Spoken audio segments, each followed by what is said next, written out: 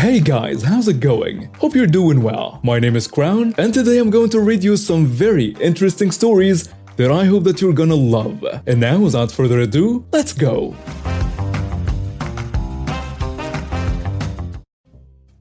Brief intro. When I was little, I used to visit this friend of mine very often, both because I loved spending time with them and because my parents weren't at home most of the time because of work. This friend of mine had a nanny that had to look after them and also had to do some chores like cleaning, cooking for them, and helping them do their homework. The problem with her, we will call her the entitled nanny, was the fact that she wouldn't always do those things and would rather sit on the couch, watch movies, and stay on her phone. So my friend wouldn't always do their homework, and because of that, they didn't have very good grades, and their parents were quite concerned about it.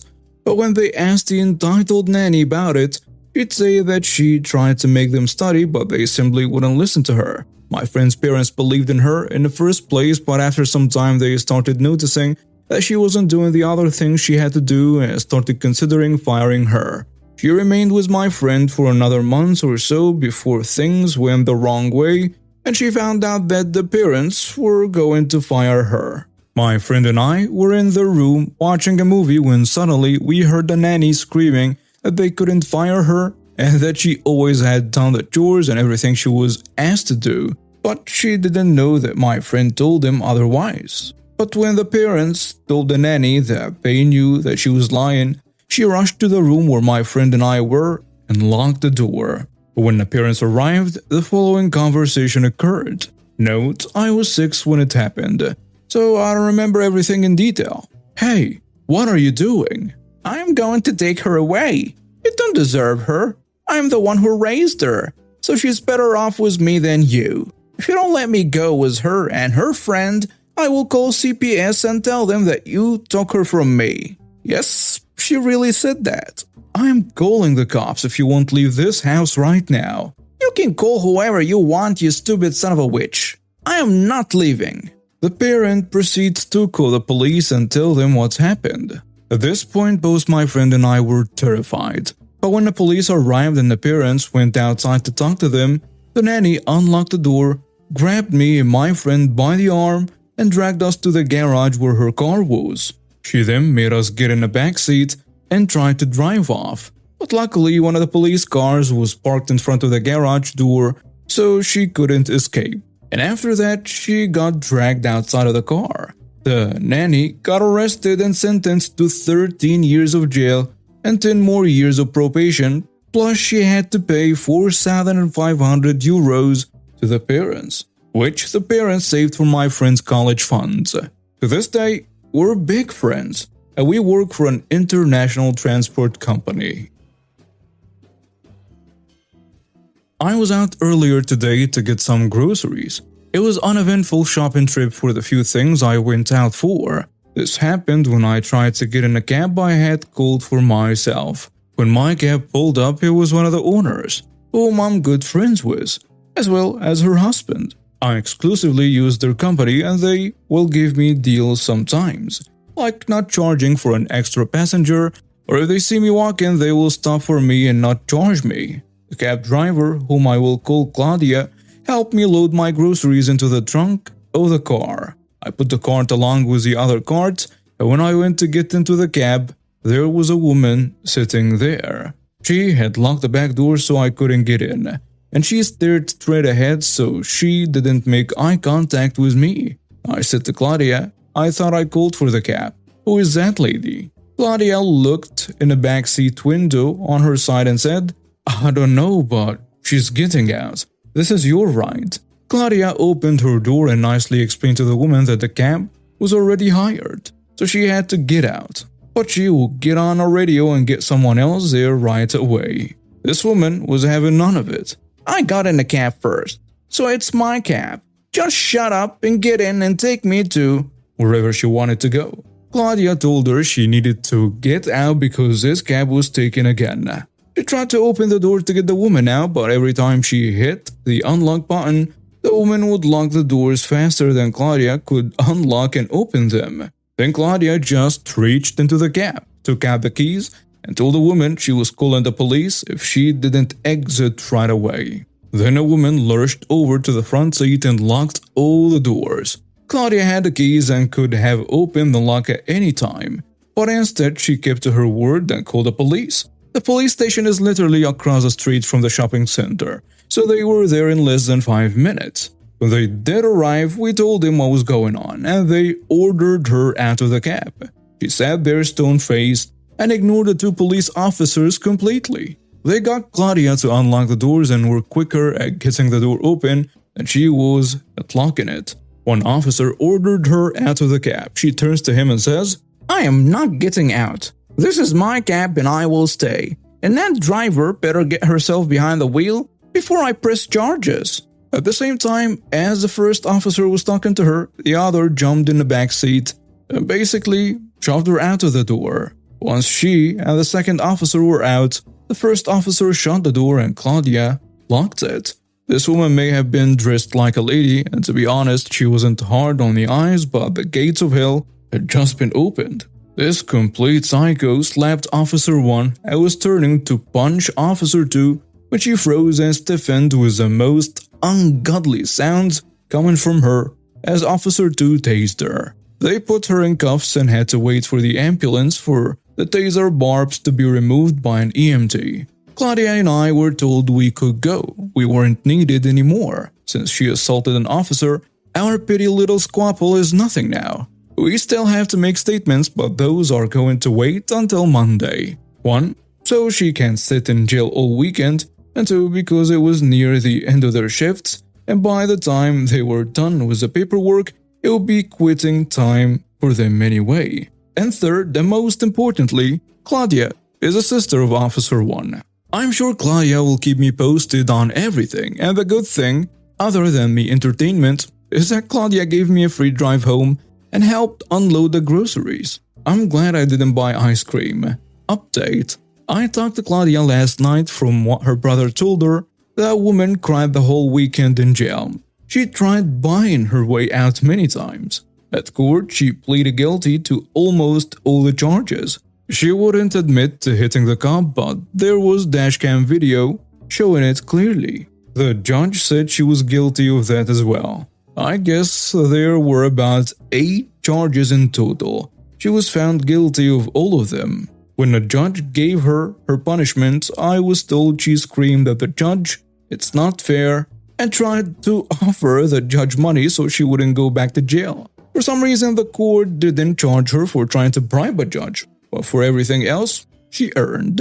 The judge gave her a total of $2,500 in fines, 1 year probation, 1 year of suspended license, 6 months of suspended jail sentence, and the rest of this week in jail. She will be out Friday, Claudia said. Not me, but a guy I worked with 10 years ago. I guess it counts as revenge. I worked with a guy who really stuck it to his ex-wife. When I met him, he was working in a sporting goods store, making $8 an hour. He was not really like the other retail monkeys. He was older, well-groomed, well-spoken, clearly educated, and so on. One night after work, he gets into his car and I couldn't help but notice that it was a very nice, newish Jaguar. I asked him how he could afford it and he explained it to me. He had been an SVP at a well-known Fortune 50 company, which I will not mention the name of, pulling in $300,000 with bonuses and stock options. He was married, but the marriage fell apart, and in a divorce she demanded that she get the house and 40% of his wages. He and his lawyer somehow managed to get her to agree to let him keep the house in exchange for 75% of his pay. No dollar figure or employer specified. As soon as she took the settlement, he quit his job and looked for a minimum wage job. He said to me she gets 75% of nearly nothing now. He had other money stashed away, so he didn't even need the job. And he had the house and its equity as well. Also, there were no kids, so there were no child support, just alimony. She was furious, of course, and tried to sue him but failed at least once. And when she claimed that the settlement was not keeping her in a lifestyle she was accustomed to, he simply told the judge that the divorce was traumatic to him and he could no longer do his old job as a result. At least at that time, she did not manage to get out of the deal. I'm not sure how it all ended, but I thought it was brilliant. Crazy level spiteful. He was a good employee too, good with customers, showed up on time, no nonsense absenteeism or anything like that. He claimed he loved each payday because it reminded him how little she was getting. It's been 2 years and I can finally post about this. This is juicy, so get ready. Background information. We live in an old and big manor that has been split into 3 attached houses. The houses are about 150 years old and were built around 5 huge, giant sequoias, which were about 200 years old. In the UK, giant sequoias are very rare, and the 2 in our garden raised the house price by about £60,000. We lived next to 2 really nice neighbors, 1 young couple and 1 old couple. The story. Unfortunately, our old neighbors passed away, so their child and her family moved in. Let's call her Jo. Jo was instantly a pain in the butt. We have been sharing chickens with the previous neighbors, and Jo agreed to keep sharing them. However, on her nights, she would constantly forget to put them away, so we would have to check them every night anyway. One night, her little brat thought it would be funny to open our personal dog pen at night, which led to a mass slaughter later. Later, the chickens went the same way. About 2 years ago, there was a storm, and one of her sequoias somehow fell over and died. They were distraught, understandably, but from then on, the jealousy started. She would constantly complain about how lucky we were to have 2 sequoias in our garden and how our sequoia was making too much shade in their garden. Well, it wasn't. Anyway, we just thought it was Jo being a pain. There were a few dry threats like they would chop it down or maybe the next storm would blow it down, until we came back from a holiday in France to find a huge 6-meter stump and nothing else. I mean, how do you get rid of a 100-foot tree in like 2 weeks? 2 of our old British oak trees had been crushed as well. My mom and sisters were crying, my dad was red in the face, and we had no evidence Jo had done it. She claimed that there had been a storm and she had to get rid of it. We had a security camera at the front of the house, but you can get in the back if you go through a few fields. We were then given an £8,000 bill for damages to her property, and to have the tree chopped up and removed would have been worth a small fortune. We had lost all hope, and 2 weeks had passed when my dad came running in from the garden. We had put up a wildlife camera a few months ago and had caught everything. We got a lawyer on the phone and started our revenge. We got a tree surgeon out who said it was an original specimen brought into the UK in 1860, along with the 2 that were in Elveston Castle Country Park. There were 218 around the UK, but only 60 now. He also told us to call out an engineer because the roots might be in the foundation, so when they rot, it could damage the house. It turns out we would need to redo the foundations. Then, we took Jo to court and sued them for damage to property, trespassing, and lots of other smaller claims. The tree would cost $250,000 to have another sequoia that was 200 years old put in and looked after. It's basically impossible. Plus the damage to the foundation, which was around $200,000, and the 2 oaks, which were another $25,000. So with the smaller claims, it went to about $500,000. Around $700,000. They had to move out. And we have now paid off the mortgage, done a lovely loft and kitchen conversion, and basically done up the house and garden, as well as planted a 60-year-old sequoia tree in the back garden. We also had our kitchen counter and table made from the old sequoia. We now have a new lovely family living next to us who we share chickens, ducks, and pygmy goats with. They are very nice, and I make a fortune babysitting their kids. Edit. Many of you wanted to hear about the court case, but she didn't stand a chance. And as soon as we revealed the footage to her and her lawyer, she gave up. The people who cut the tree down gave us the countertops for free as a sincere apology. They were truly sorry. The neighbors had a second home, so they just sold the house and moved back to their smaller one. We feel bad for the old neighbors, but we do visit their graves because they were like family. Shout out to all of my Subway friends. Our story begins at a previous job, Subway. One of our sister stores had shut down and they were offloading various equipments to other stores, so we ended up getting their bread rack. These things aren't the biggest, but we didn't have a big store, and we already had one. So we have this overflowing back room with 2 bread racks, one partially blocking the fire exit. I was getting more and more annoyed when finally a few days later I asked him one more time, "So we absolutely have to use it?" And Bob, the manager, looks at me like I ate crayons for breakfast and said, "I already told you that." Well, if I have to use it, I was never told how I had to use it. Cue a malicious compliance.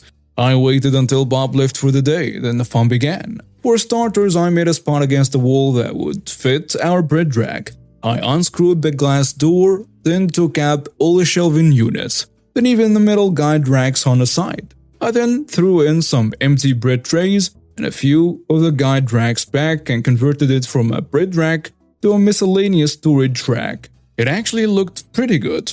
Bob wasn't back around to our store for another few days, but when he returned, Bob goes to the back, starts doing his weekly checklist, and then stops at the bread rack turned storage cabinet. He turns around and goes, "What the hell did this?" My coworker and I shared a very cheeky grin. I owned it and said I did. He asked why, looking all the world like he was ready to write me up. And I politely informed Bob that I had asked to get rid of it, and he had told me multiple times to use the bread rack no matter what. He shakes his head in disappointment and goes back to his list. And we go back to our usual sandwich shenanigans. A few days later, our impromptu storage rack had inexplicably disappeared, and Bob was much more careful about how he chose his wording from then on. And now we have reached the end of today's stories. Thank you for watching and see you next time.